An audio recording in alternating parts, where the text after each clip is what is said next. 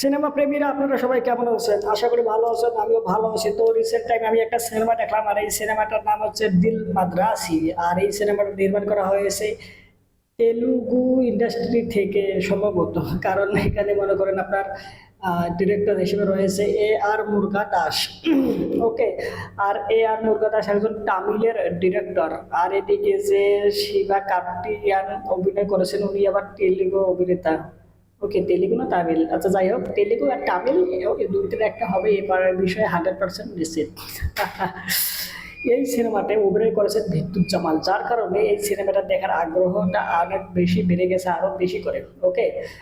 আর এখানে মনে করেন যে কেন জানি না, আমার কাছে বারবার সেকেন্ডার সিনেমাটার কথা মনে পড়েছিল। সেকেন্ডার সিনেমাটা আর মুরগা দাস যে সালমান খানের সাথে বলিউডে নির্মাণ করেছিলেন, ওই সিনেমার গল্পটা ছিল এরকম যে রাশমিকা মান্ধানা সালমান খানের স্ত্রী, কিন্তু সালমান খান বিভিন্ন ব্যস্ততার কারণে তার স্ত্রীকে সময় দিতে পারে না, যার প্রেক্ষাপটে তার স্ত্রী এক সময় মৃত্যুবরণ করে। কিন্তু তার অর্গান যে রয়েছে, মানে হার্ট, কিডনি, এরপরে মানে বিভিন্ন অর্গান যে রয়েছে বিভিন্ন ব্যক্তির কাছে ট্রান্সফার করা হয়। ওকে, তাদেরকে এখন ও একটা ভিলেন মারতে চায়, সালমান খানের যে শত্রু রয়েছে তারা মারতে চায়, যারা তার স্ত্রীর যে অর্গানগুলো রয়েছে ওই অর্গানগুলোকে মেরে মানে অর্গান যাদের শরীরে রয়েছে তাদেরকে মেরে ফেললে তার স্ত্রী পুরোপুরিভাবে মৃত্যুবরণ করে যখন বলা হবে, মানে মানে মানে ভাবে সে, তারা এরকম চিন্তা ভাবনা না যে তার স্ত্রী মৃত্যুবরণ করেছে, তার যে অর্গানগুলো যে বিভিন্ন ব্যক্তির শরীরে এখনো চলিত রয়েছে, এটা সে আর কি মেনে নিতে পারে না, যার প্রেক্ষাপটে সিনেমাটা সামন দিকে এগোতে থাকে। ওকে, দ্যাটস ইট। আর এই সিনেমাটার মধ্যে একটা ছেলে যে তার মা বাবাকে ছোটবেলায় হারিয়েছে একটা বাস দুর্ঘটনায়, মানে বাসের ভেতরে তার মা বাবা ছিল, ব্লাস্ট হয়, ব্লাস্টের কারণে আর কি তার বাপ মা আর কি মৃত্যুবরণ করে। পরবর্তীতে সে এই অবস্থায় জীবন অতিবাহিত করে। এখন সে প্রত্যেকটা ব্যক্তিকে যখন বিপদে পড়তে দেখে, সেই ব্যক্তিকে যদি ছেলে পুরুষ হয়, ওকে, তার বাবার বয়সী, তাহলে সে নিজের বাবা মনে করে। আর যদি মহিলা হয় তার মায়ের বয়সী, তাহলে সে তার মা মনে করে, যদি বিপদে পড়ে থাকে এরকম ব্যক্তিগণ।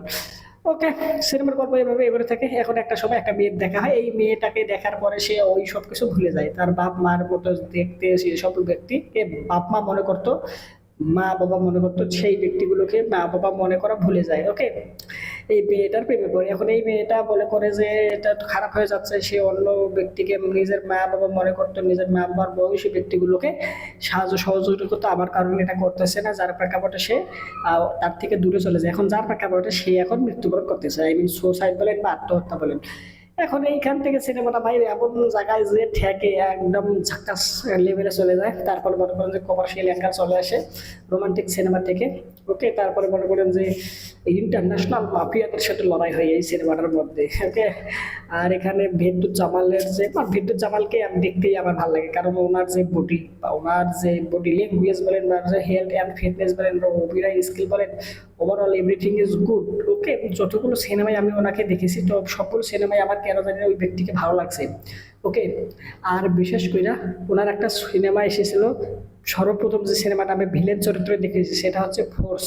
ওকে, যেখানে ও অভিনয় করেছিলেন জন আব্রাহাম, আর ভিলেন চরিত্রে অভিনয় করেছিলেন বিদ্যুৎ জামাল, নাম ছিল বিষ্ণু ইয়াদ রাহনা, বিষ্ণু নাম হেমেরা বাবা।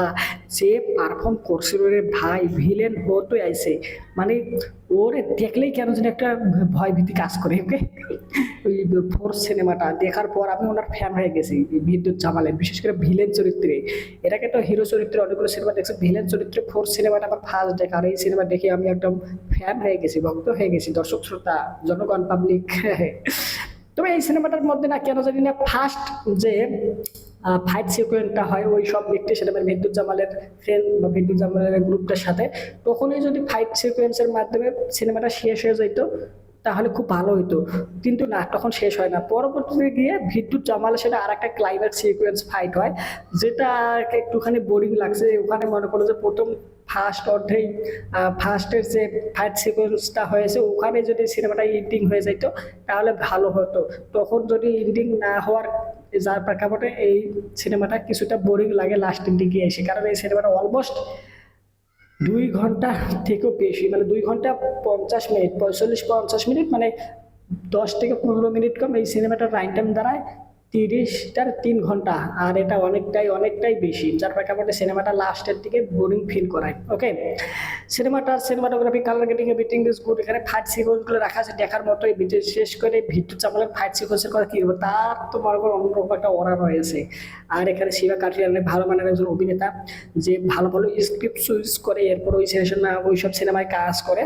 তবে এ আর মুরগাদাস কেন জানি না আগের মতো নাই। ওকে, আগে তার সিনেমাগুলো সত্যি কথা অনেক ভালো হতো, বর্তমান সময়ে এসে তার সিনেমাগুলো কেন জানি না একটুখানি একটুখানি আর কি পড়ে যায় এর মতো হচ্ছে। যেমনটা আমরা সালমান খানের সাথে সেকেন্ড সিনেমাটা দেখলাম, এর পরবর্তী শিবা কার্তিকেয়ানের সাথে এই সিনেমাটা যদি ইভেন্ট করেছে, কেন জানি না গল্পটার দিক থেকে আমার একই রকম লাগছে। আপনারা যারা দেখেছেন তা আপনাদের কাছে কেমন লাগছে অবশ্যই কমেন্ট করে জানান। ভিডিওটা লাইক দেন, চ্যানেলটা সাবস্ক্রাইব করে না থাকলে সাবস্ক্রাইব করেন। সম্পূর্ণ ভিডিও দেখার জন্য আপনাকে জানাচ্ছি অসংখ্য ধন্যবাদ। And এই ভিডিওটা শেয়ার করবেন আপনার মা, বাবা, ভাই বোন, আত্মীয় স্বজন, পাড়া প্রতিবেশী এবং বন্ধু বান্ধবের কাছে। I hope also understand so no talk for this subject. Thanks you, very good by.